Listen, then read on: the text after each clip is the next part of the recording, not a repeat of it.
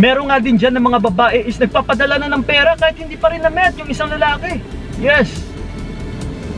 That's why maraming babae na nauuto, naluloko, nabibilog.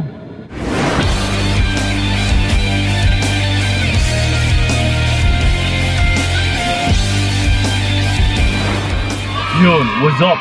Ayan, kamusta mga utol, and then welcome sa video na ito. So once again, this is pa yung kaibigan ni Kiko. So syempre, usapang pag-ibig na naman. Dahil ito, dagdagan ko na naman ang inyong mga kaalaman. Kasi ito ha, ang magiging topic natin sa video na ito is early signs na hindi siya karapat-dapat para sa'yo. Yun. So ito mga utol, sa mga naguguluhan dyan, kung yung mga partner ninyo ay siyang-siya na ba? Yes?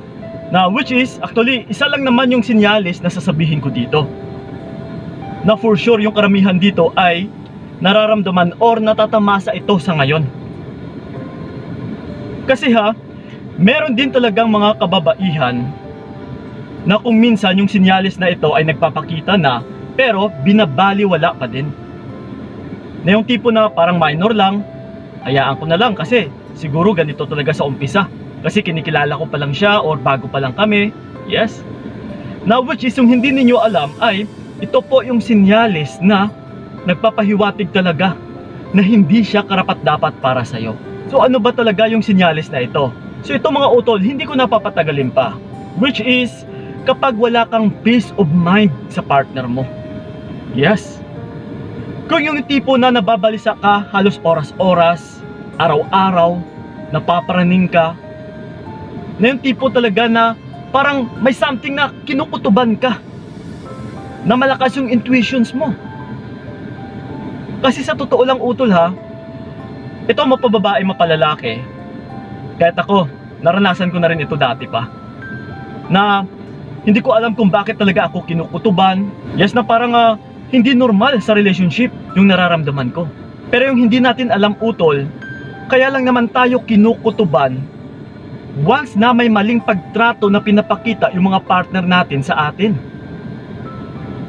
Na yung tipong parang nakukulangan ka.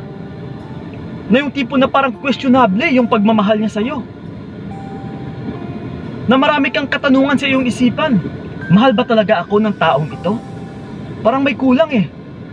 Parang hindi ko ramdam na minamahal niya ako. That's why na kinukutuban ka. That's why na marami kang maiisip. Mapapraning ka, mababalisa ka, na mag-overthink ka. Na kung minsan maiisip mo talaga na, uy, baka may ibang babae to. Yes? Uy, baka may ibang kinakalaguyo to. Baka may ibang kinakausap to. Kung bakit kasi parang kulang yung pagmamahal niya sa akin eh. Sa totoo lang utol, yung intuition nyo na yan or yung kinukutuban nyo na yan is totoo po yan.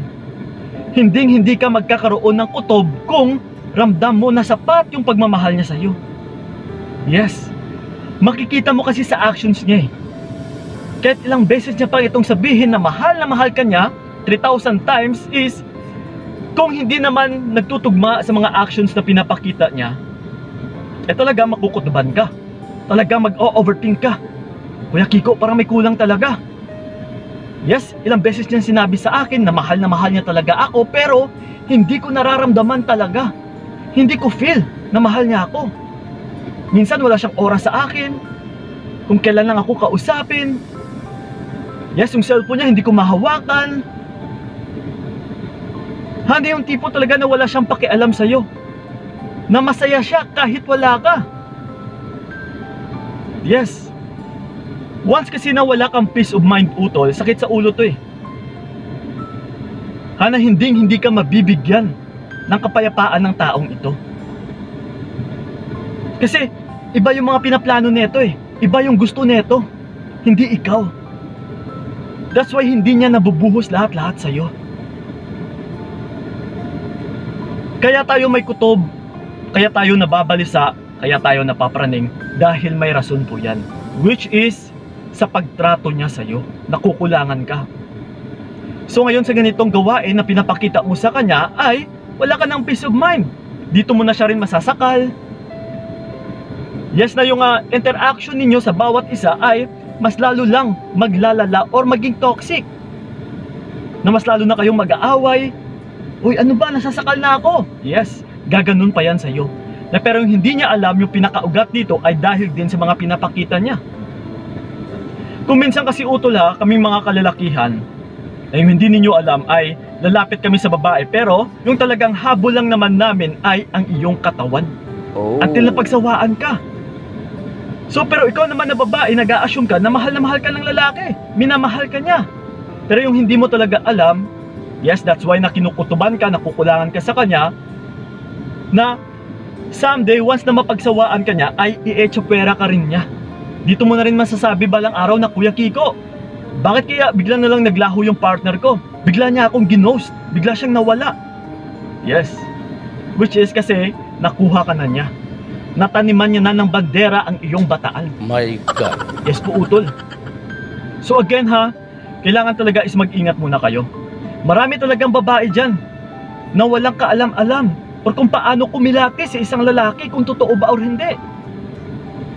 Umabot na nga ng 3 buwan, hindi pa rin naipakilala sa family ng lalaki, pero yung babae is okay pa din.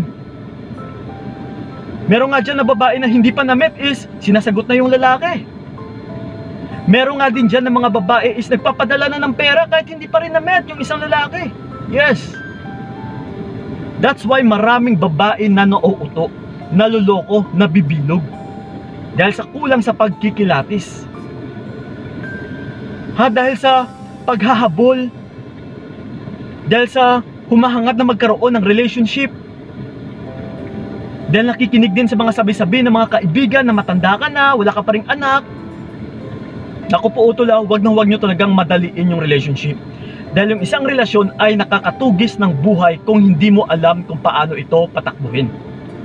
Lalong-lalo na kapag makatagpo ka ng taong manluloko talaga, masisiraan ka ng bait. Yes. So again mga utol, ito lang po yung tanging kasagutan dyan. Na para iwasan nyo na rin yung taong hindi nagbibigay sa inyo ng peace of mind. Love equals peace of mind, utol. Love equals peace. Yes.